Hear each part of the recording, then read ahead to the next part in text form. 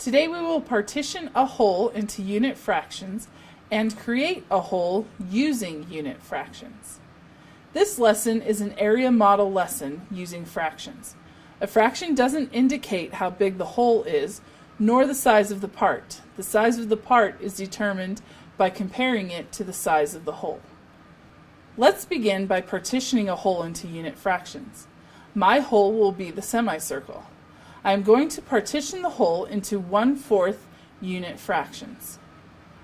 I will draw 3 lines to partition my whole into unit fractions of 1/4. This shows I have 4 1/4 pieces in my whole. Students may try to draw 4 lines when partitioning a whole into fourths.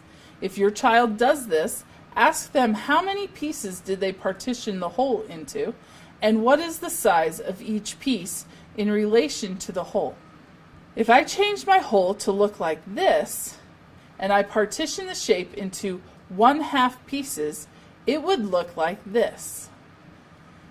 An incorrect example would be if I draw the line vertically or horizontally. The whole will not be partitioned correctly. Pay attention to the way the lines are drawn to partition the whole. The pieces need to be equal sized. Now we will use a unit fraction to create the whole. Let's take this piece.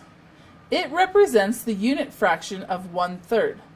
The whole could look like this, or any combination that uses 3 of these pieces. It takes 3 1/3 pieces to make the whole. Now let's take the same piece and have it represent a unit fraction of 1/6. It takes 6 1/6 pieces to make the whole. The whole could look like this, or it could also look like this, or it could look like this.